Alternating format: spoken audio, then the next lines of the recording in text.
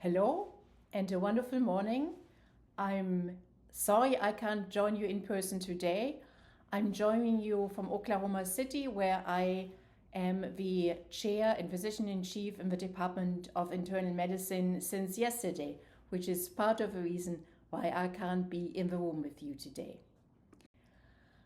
I have no financial relationships to disclose. However, I would like to disclose a long-standing interest in cardio-oncology and a long research interest supported by the American Heart Association, the VA, and the National Institute of Health in this area. Radiation therapy is an important part of contemporary cancer treatment. 1.8 million Americans are diagnosed with cancer every year, and almost half of them will receive radiation therapy at some point during their cancer treatment. Over 20 million Americans live as cancer survivors, and again, almost half of them have been treated with radiation. And therefore, the adverse side effects of radiation, whether on the heart, the lungs, or any other organ, are an important and often overlooked important long-term sequelae of cancer therapy that we need to deal with. Radiation-induced heart disease can manifest in different forms as pericardial disease, vasculopathy, and myocardial disease, as we will discuss in the next few minutes, as well as a conduction or valvular disease.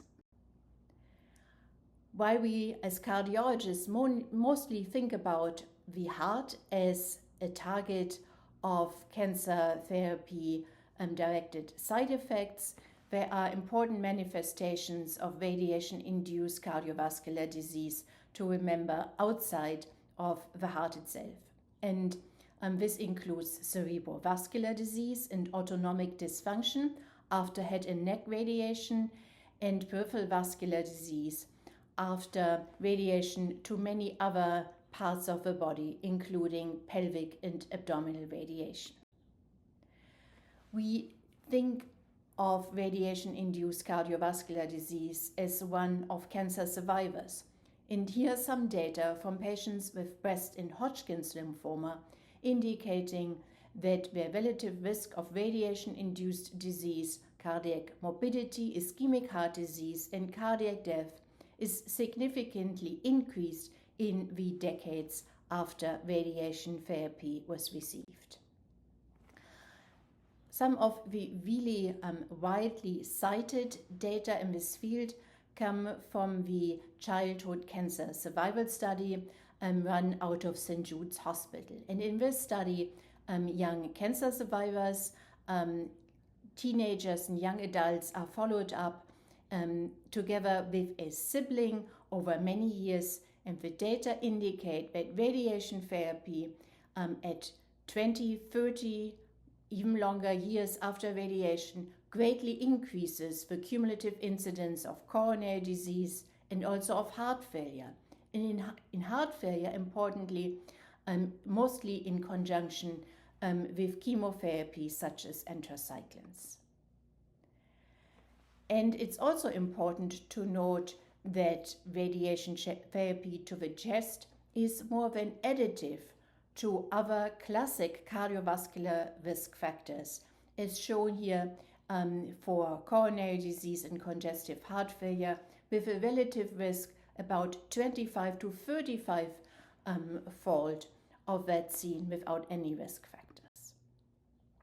Now, radiation therapy techniques over the last decades have significantly changed, and this has some impact when we interpret the data that I showed you in the previous slides from radiation therapy that was dispensed several decades ago. It's important to note that the risk of developing side effects, of course, depends on the dose dispensed onto the heart. And when it comes to breast cancer, for example, modern dose planning and treatment planning with CT has significantly advanced, and on top of this, techniques like breath holding or positioning of a patient have further decreased the dose dispensed on the heart as mean heart dose to less than 1 gray. And similarly, when it comes to the treatment of lymphoma, which we often think of in the context of radiation heart disease, we've gone from mental field radiation to a very targeted radiation of the involved lymph nodes. And in parallel, the dose to the chest has significantly decreased. Now, in breast cancer, the cardiovascular disease has been studied in a number of classic studies, and we currently believe that there's a 7% per gray higher risk of developing major coronary events beginning just a few years after radiation. And the overall risk of subsequent CAD is about twofold increased in women who have been treated for left-sided breast cancer compared to those who were treated for right-sided breast cancer. And the mean follow-up times here are in the range of 10 to 20 years. And within the first decade after treatment, the relative risk of heart failure and atrial fibrillation is increased. Now, in all of these studies, we are really, as I already mentioned, looking at treatments which have been dispensed years and decades ago. And there are a number of people in the field who have postulated that the clinical significance of radiation-induced heart disease is going to diminish in the next few decades. Now, I do not agree with this statement. I believe that radiation-induced cardiovascular disease is not a problem of the past. And this is because new treatment regimens for cancers with previously poor prognosis, such as advanced non-small cell lung cancer or esophageal cancer, have significantly increased long-term survival. And these treatment regimens, which now often include a tyrosine kinase inhibitor or immunotherapies, also include radiation therapy. And with the increased long-term survival in these patients groups, I believe that we will see a re-emergence of radiation therapy-induced cardiovascular side effects. So here's an example of patients treated recently in the University of Iowa Radiation Oncology Clinic. In subject 1 with esophageal cancer, the mean heart dose based on this dose planning was more than 30 gray. In subject 2, a patient with lung cancer, which is located further away from the heart, the mean heart dose is relatively low, but in subject number 3, the non-small cell lung cancer is anterior to the heart, and therefore the mean heart dose dispensed to this patient was more than 30 gray. So these are really significant doses that are being used to treat advanced lung cancer and esophageal cancer. Now, I already alluded to the fact that contemporary therapies have significantly increased survival rates. So here's an example from the Pacific study, which showed that the addition of durvalumab after definitive radio and chemotherapy for unresectable stage 3 non-small cell lung cancer with more than 700 patients showed a significantly increased survival at 18 months of 44% in the treatment group versus 27% in the placebo group. And I believe that we will easily see rates of more than 50% survival in patients at the 3-year mark and 5-year mark in the coming years. Now, the Atkins group already investigated the effect of LAD radiation dose with adverse cardiac events in these patients with non-small cell lung cancer. And these data indicate that in particular in patients without known CHD, the volume of the LAD being subject to radiation of more than 10% does matter. If this volume is more than 15%, there's a great increase in adverse cardiac events in this patient population. Similarly, here data from patients with advanced esophageal cancer, which were treated with immunotherapy in Keynote 181, in addition to chemoradiation therapy. Now, while the survival rates may not look as impressive as for non-small cell lung cancer, nevertheless, we do see an improved prognosis in this patient population. And a recent trial also looked at the association of radiation therapy with coronary events in this patient population. And especially in patients who had classic risk factors such as hyperlipidemia, there's a great increase in the cumulative incidence of major cardiovascular events. And similarly to what we saw in the previous slide, there's also a strong association of volume subject to a significant radiation dose, in this case 30-day, to incidence of cardiovascular events. What I would also like to point your attention to is that the incidence of major cardiovascular events is increased within 2, 3, 4 years after radiation therapy. So in patients who are older at the time when they receive radiation therapy and already have some cardiovascular risk factors, radiation really strongly accelerates the manifestation of disease. And these timeframes of 2, 4, 5, 6 years are really different from the way how we used to think about the occurrence of radiation-induced heart disease in younger patient populations, based on the previous study from childhood cancer survivors. An area which we tend to overlook but really shouldn't is the importance of radiation therapy in patients with head and neck cancer and the implications for carotid disease. Indeed, 15% of head and neck cancer survivors treated with radiation therapy develop a carotid artery stenosis of more than 50% within 5 years. The progression of coronary artery stenosis is greatly increased, and in fact, at 10 years follow-up, a relative risk of developing a CVA is about 10.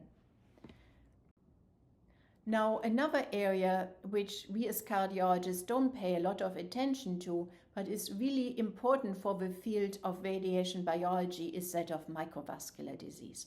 The microvasculature is always in the radiation field, regardless of which organ is being irradiated and where the cancer is localized. And not surprisingly, there are numerous reports that brain radiation increases cognitive decline. Radiation to the eye causes vision loss. And as you can see in the slide on the left, which is taken in the human retina by optical coherence tomography angiography, strong loss of the microvasculature. Microvascular disease causes tissue contracture after radiation for breast cancer. It also has been associated with abdominal and pelvic radiation, leading to GI side effects and renal injury. Now, is radiation-induced cardiovascular disease different from classic cardiovascular disease? And the answer is probably yes. When it comes to coronary or peripheral vascular disease, we tend to see a more diffuse concentric osteal lesion in the coronaries. And importantly, when it comes to the pathology, there is plaque erosion and calcified nodules rather than classic plaque rupture we see in cardiovascular and coronary disease without radiation. When it comes to heart failure after radiation, the jury is still out whether this is mostly caused by increased perivascular fibrosis and microvasculopathy with diastolic dysfunction and potentially microischemia, or whether it's caused by a direct injury of cardiac myocytes with mitochondrial and metabolic dysfunction. And more of this to come in the next few years, both from clinical studies as well as bench work.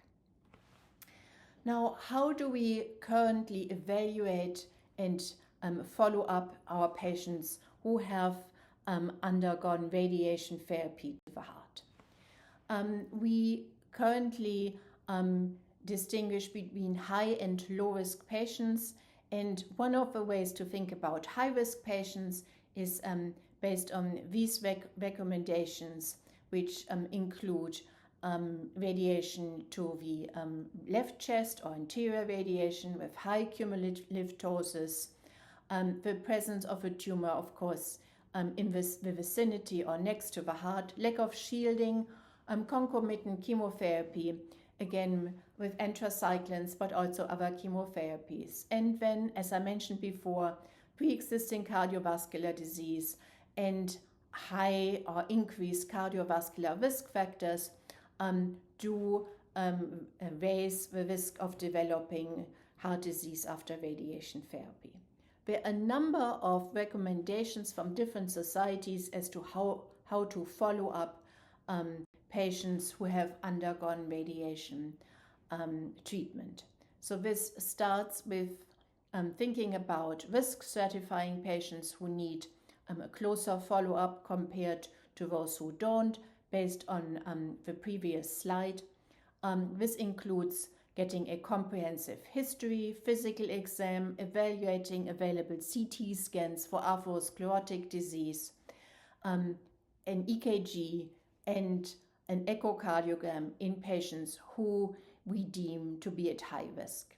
Then annually, these patients should be followed up with, again, a comprehensive history and physical exam, with review of available screening, and also imaging, which includes an echocardiogram in really high-risk patients within 6 months to a year after the end of radiation therapy, and then maybe about every 3 to 5 years by echocardiogram, as well as an ischemic evaluation. Interestingly, there are reports of patients with radiation-induced coronary disease and osteolesions who were asymptomatic despite significant disease.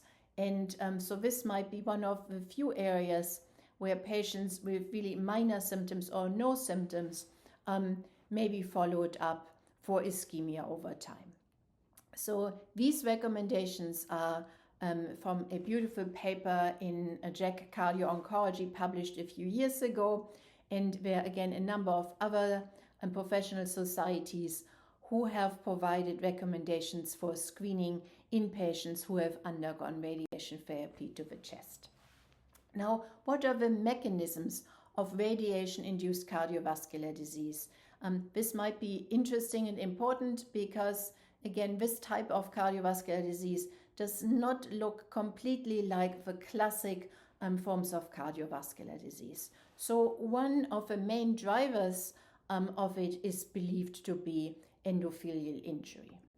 Now, from a radiation biology standpoint, we think about radiation therapy as a result of tissue and cell differentiation and proliferative potential.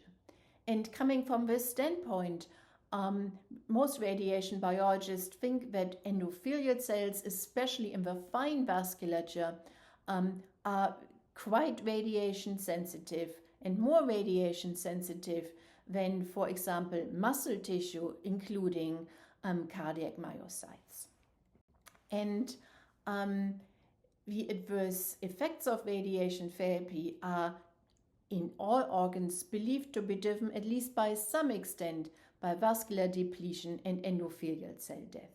And importantly, we think about radiation injury as a continuum over time with acute and early effects with depletion and endothelial cell death, which is followed by a longer proliferative phase and then a chronic tissue remodeling phase with fewer blood vessels, predisposition to atherosclerosis, and poor oxygen exchange in hypoxia, which may be a driver of more than just coronary or peripheral vascular disease. So there might be effects, especially for microvascular injury in other tissues, including the skin, the lung, the bowel, and the kidney. What are the mechanisms of radiation-induced cardiovascular disease from a cellular or molecular level, and how can these data potentially be leveraged to develop new therapies? Now, one of the overwhelming effects of radiation therapy is that of oxidative stress through immediate VOS production during radiation through hydrolysis.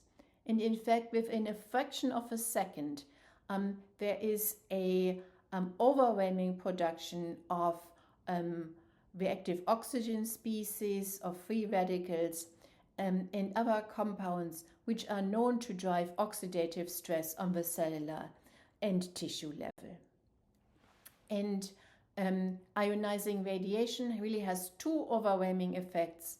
One of them is on DNA, causing DNA damage with double-strand breaks. And the other one is on mitochondria, in which mitochondrial injury leads to dysfunction of mitochondria with further production of reactive oxygen species and driving chronic oxidative stress. Now, in my lab, we have studied this in the vasculature with a number of different approaches. So here we are irradiating mice, and what you see here is a micro-CT used for dose planning in mice, in which the head and the neck is included. In our first set of studies, we looked at endothelial dysfunction, which is the dilation of an artery to increasing doses of acetylcholine. After radiation therapy with 12 gray, we detected a decrease in acetylcholine-induced carotid dilation, whether this was at 24 hours shown on the left or 10 days after radiation therapy. Now, this could be prevented when, as shown in red, the mice were given a scavenger of mitochondrial oxidative stress called mitotempo. And in fact, mitotempo really normalized the vasodilation back to the levels we see in mice without radiation therapy. In control experiments, as shown on the left, we detected an overwhelming increase in mitochondrial oxidative stress, is shown on the left with the red arrows, and this could be prevented when a mitochondrial ROS scavenger called mitotempo, these are the gray arrows, was given. And on the other hand, the production of nitric oxide, shown on the right, was decreased after radiation, but this could be rescued by giving a mitochondrial ROS scavenger. So what I'm trying to demonstrate to you here is the great importance of mitochondrial injury and oxidative stress in in radiation-induced vascular disease, at least acutely. Moreover, and without wanting to go into any details, we also detected that scavenging mitochondrial oxidative stress protects mitochondrial function in different forms. For example, it normalizes the transcription of mitochondrial genes, and on the right hand, it normalizes the activity of the electron transport chain within mitochondria. Now, my lab, as well as many other labs around the world, really are interested in leveraging big data and doing so-called omics studies. Now, for our purpose of understanding the effects of radiation, we studied the proteome and the vasculature. We did this in small blood vessels and also in larger blood vessels. And we perform some of our studies after radiation of the brain. And the reason for this is that 50 to 90% of all patients who receive radiation therapy to the brain develop cognitive decline within a few months. And we performed studies to establish a time course of injury by analyzing blood vessels at 10, 30 days, and 365 days after radiation therapy. So here we isolate the whole microvessel from the brain, which of course also includes pericytes and astrocytes, and we subject them to proteomics analysis by mass spectrometry. On the right is an image of a heat map, which gives you just a rough overview of all the proteins which were strongly changed by radiation therapy, and these are several hundred proteins. Now, with computational approaches, one can identify single proteins which are significantly changed, shown on the left, as well as group these proteins by cellular and molecular function. And what we found in these studies is that early on there's a defect when it comes to thrombosis, and so increased propensity for thrombosis, in changes in the vascular integrity and their barrier function. At 30 days, mitochondrial dysfunction indicating changes in metabolism, as well as remodeling of the cells. And then at 360 days, further changes in the angiogenic potential of these cells, as well as cellular remodeling. So how can these results be used to develop new therapies? At this point, we have no specific preventive therapies for radiation-induced cardiovascular disease. And there really are two approaches: repurposing preventive therapies, and here there are numerous approaches which have been discussed in the literature, with the best evidence, in my opinion, by far for statins. And here, so the incidental use of statins in patients undergoing radiation therapy has significantly reduced the risk of stroke and TIA. And so these data and the evidence for effects of statins really depend on which populations are being treated with statins. There's less evidence in childhood cancer survivors. So we tested the effect of statins on endothelial dysfunction after radiation. Here we found that on the left-hand side there's again endothelial dysfunction at different time points after radiation. When mice were treated with pravastatin, this was completely prevented. The use of statins, interestingly, also decreased the production of mitochondrial oxidative stress, so kind of linking statins to mitochondrial dysfunction after radiation. In accordance to our understanding of statins as pleiotropic anti-inflammatory agents, statin use decreased inflammation markers such as NF-kappa B on the left and TNF-alpha on the right. And we also tested for how long the effect of radiation can be detected in the vasculature, and for how long one would need to treat with statins to have a beneficial effect. So we irradiated mice and checked their endothelial dysfunction at 1 year after this one dose of treatment. And as you see on the left, there's endothelial dysfunction at 1 year, as well as increased vasoconstriction. That's the fourth diagram from the left.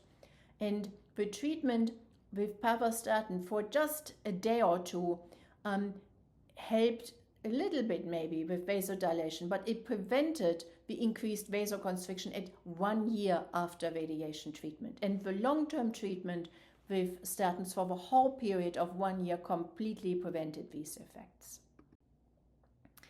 Now, the other way to go is to find new therapies, and there's a whole area in radiation biology which is interested in the development of new radiation protectors or radiation mitigators. And here is just another list of different approaches being considered and different agents being used in a study from a few years ago. And you may remember that we did a number of studies on antioxidants as therapy for cardiovascular disease. which were all fairly disappointing. I would argue that radiation-induced cardiovascular disease might be this niche where these antioxidant treatments could be really beneficial. Interestingly, the metabolism of cancer cells is quite different from that of normal tissue, and therefore there might be some opportunities to develop agents such as SOD mimetics, which sensitize the tumor tissue to radiation while protecting normal tissue. And one of those agents that has been tested is called GC4419. This was done by my friends at the University of Iowa, who performed chest radiation, and in B on the blue is the survival curve of mice after radiation. In green, when this GC compound was given to mice at the time of radiation. This also decreased the development of fibrosis.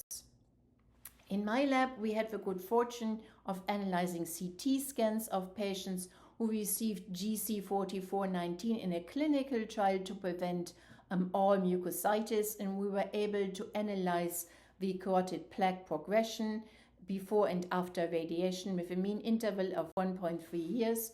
And we were delighted to see that while the total plaque volume didn't change, the plaque volume of the low attenuating or unstable plaque actually decreased when patients were treated with GC4419. So in summary, radiation therapy is not a problem of the past. Oxidative stress is a strong contributor, and so is mitochondrial dysfunction.